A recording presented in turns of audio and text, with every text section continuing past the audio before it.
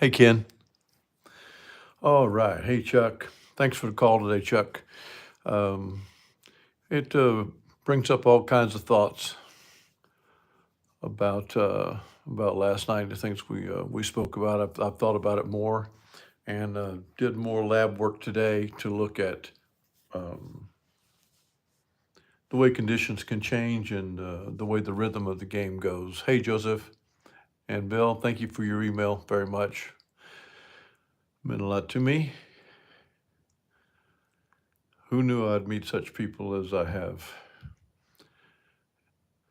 Makes me feel so good about it.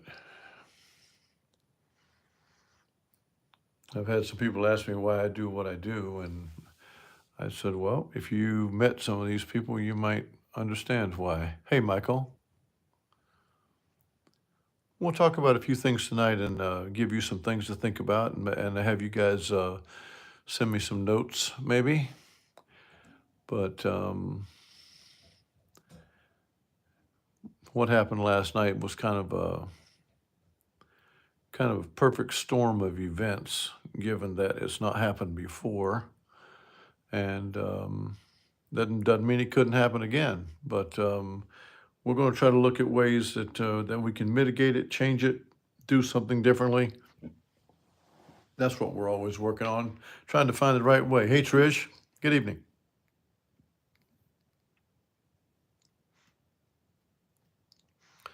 But I wanted to come on tonight and just give a basic rundown of what I have thought about. I do like, I think I mentioned, I like that I keep really meticulous records during the play of the game, so that I don't have to look at my chips, so that I know where I am as the game progresses, and also so I can reflect later on each hand and how the streaks went and how they turned over and things like that. A lot of things can be learned by it. This game more than any other has its own rhythm, and when you can get in rhythm with it, you can really do some damage. Um, Easier said than done, but when you can, you really can. So what happened last night is simply this, and it was something I wasn't expecting because, as you can see right there on the screen, player pays 1 to 1, banker pays 0.95 to 1. Excuse me, and that's the way it usually is done. That's the way it's supposed to be done according to the rules of baccarat. But casinos will turn things in ways that benefit them, and also give them a stronger hand on things. And the thing is this: the 5% is better. Richard's already come in and said it is. Um, Casinos whine about that doing the computation of the 5% is too tedious. Well, it hasn't been tedious for 100 years, so somehow it's tedious right now. But so what they did to take out the 5% from the equation was they said if the banker wins with a score of 7, anybody who has bet on the banker does not collect money. It's a push. Those that bet player, they lose their money though. But those that bet banker do not win the money. In some cases, they push the money back to you and say push on the 7. Sometimes they say nothing to you except go to the next hand. But the thing about it is, all sevens are not the same. And the 7 coming up when you've got $25 in front of you, okay, you don't win your 25, and we go to the next hand. And it sure would have been better if they'd have taken 5% off the 25 and paid you the rest of it. I guess you could hear my voice change on that. So I'm going to my next trip to Shelbyville. I'm going to find out, do the higher limit tables do the commission, or do they play the 7 rule too? I feel like when it was explained to me the first time, I feel like they explained to me that the $25 table works like this. Now, I don't understand why you'd work it only on the 25, but um, I want to find out, and I want to play tables that that pay 95% on wins, all wins, with the banker. Because when you have $1,000 on the banker and the banker wins with a 7, you're supposed to get your 1,000 back plus $950. But when they don't give you the $950 and they just say push, that really is a terrible, terrible thing for a casino to do to you.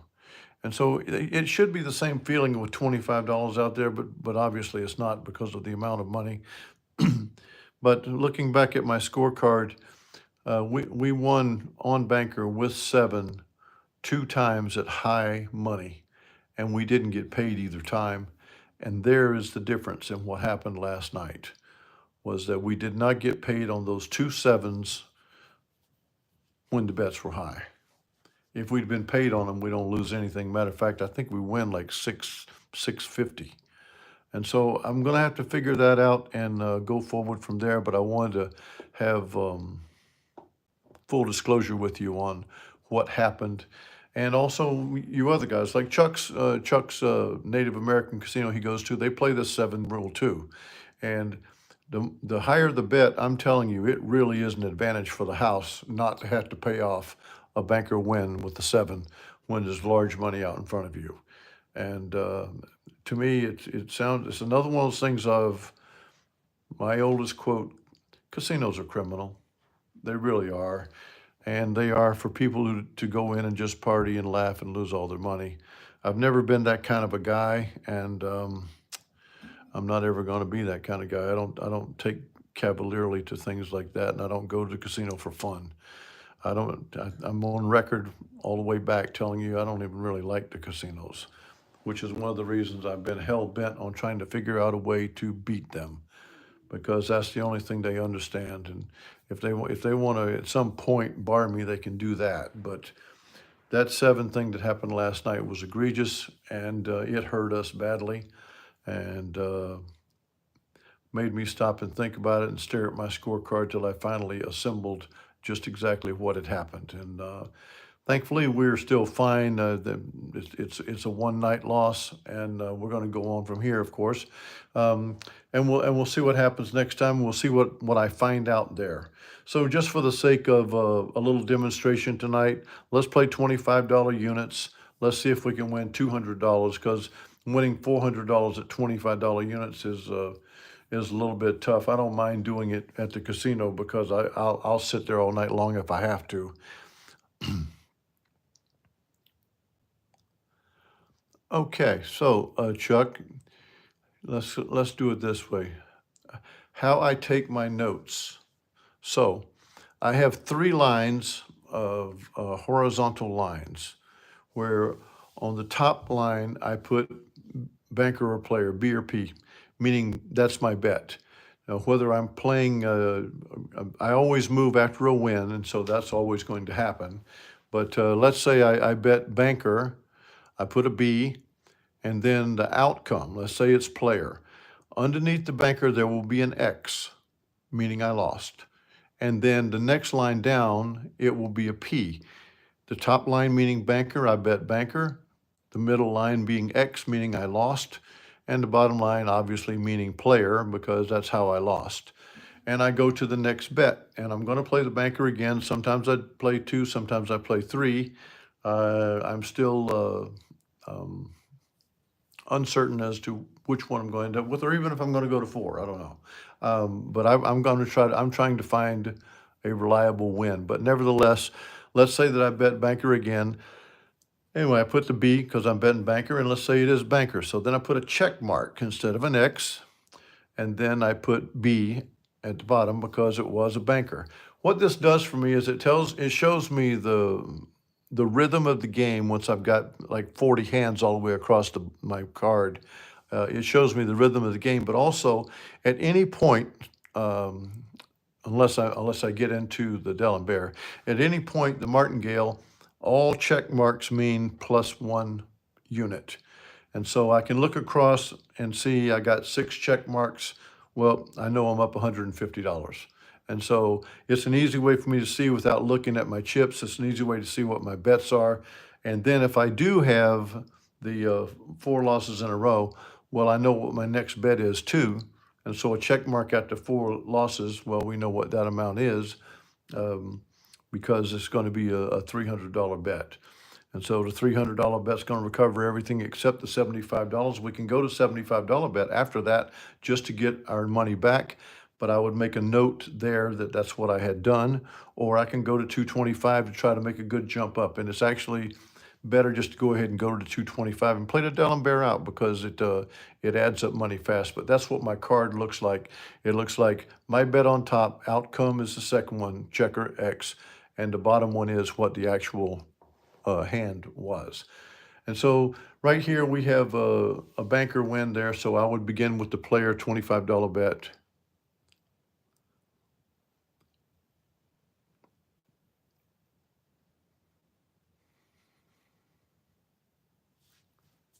And that would get a player and a check mark and a player. That's what the three boxes would say. P, check, P. We're up one bet. Now we go to banker. We started at 226,000. We're trying to get $200. Stay here with a martingale.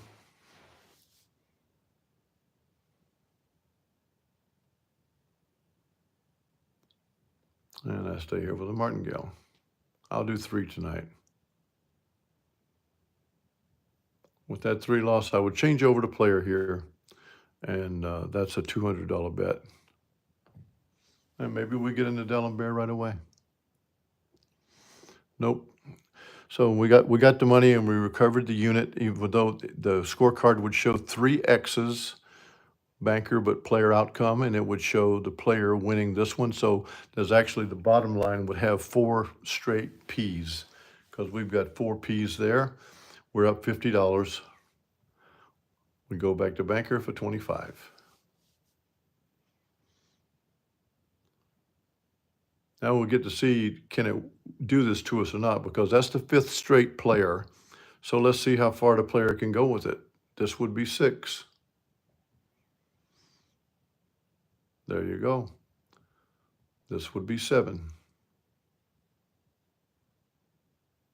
Didn't make it. So though the player had won 7 straight. Now we did lose a little bit. That's taking commission out there. So when you get pretty high, you lose a little bit of money on your commission. You can see we're up $70 now. But we go to $25 on the player now. And I'm running them 3 at a time this time. So we'll see how that works out. Now we have 2 consecutive bankers. 3.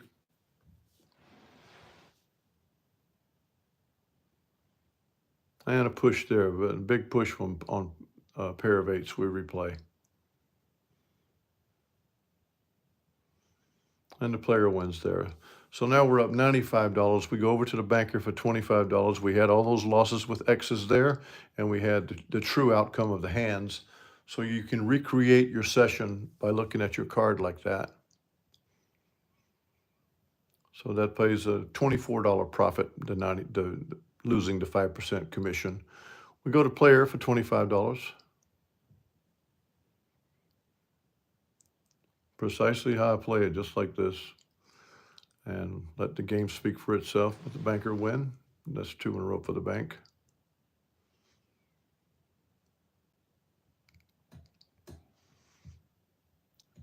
Now we're at $144. We go to $25 on the banker.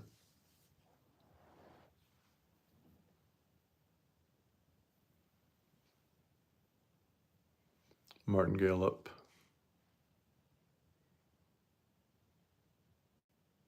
And a tie.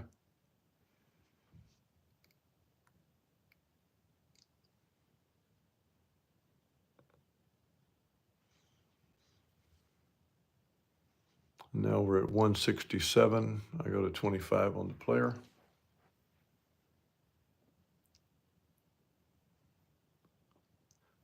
Gordon, let me answer you in just 1 second. Welcome. I'm going to go over what we've talked about also for Gordon. So we're at 192. We're $8 short. Gordon, the problem that we had last night is at the Shelbyville Casino and probably at others. Hey, Larry. instead of taking the commission off the banker wins, what they do is on any banker 7, banker wins with a 7, any bets on banker push, any bets on player loses. It's a heck of a good deal for the house. Particularly if you don't just have $25 on the banker, say you've got 500 on the banker, say you've got 1,000 on the banker, that's easier. If you got 1,000 on the banker, you should get $950, but they say the 7 is the way they do the commissions, and so they don't pay you the $950. Now, that $950 that's missing there is a heck of a lot more than 5%. And it's an egregious action on the part of the casino, so I'm going to try to find other ways to play this game or find a table that actually does the commission and doesn't do the 7 game that they play at that one table that I'm at. It occurred to us last night 2 times when we had large bets out there, and I went back and I factored it. If they had taken the 5% away instead of calling it a push, we actually win $650 last night. That's how much difference it makes. So Gordon, the other question was asked, how do I recreate my scorecard? And what I do is I make 3 columns, horizontal. The top of the first column will show the bet that I make. For instance, let's say I bet $25 on the banker.